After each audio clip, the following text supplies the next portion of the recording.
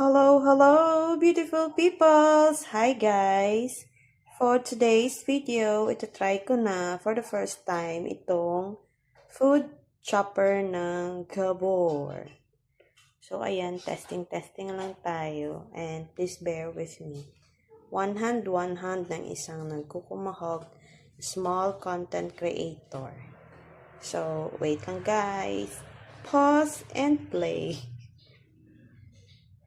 So, ayan na, nailagay na yung cork sa container and then lalagyan ng takip and then let's do the chopping.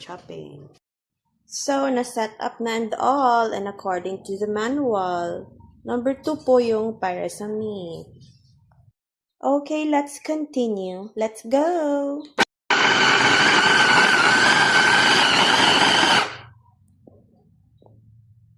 Wow, nice.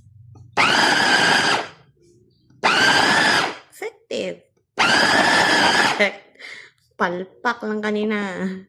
Okay na siya ngayon. It's working.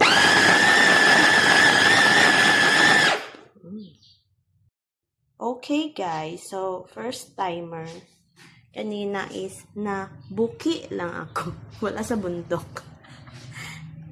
Perfect. Oh, ayan na. So, easy na. Ayan, pwede na magluto si Yaya Bells.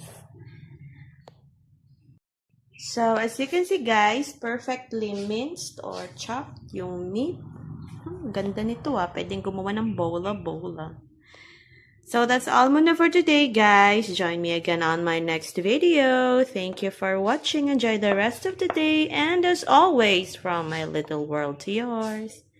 Love. Happy Monday.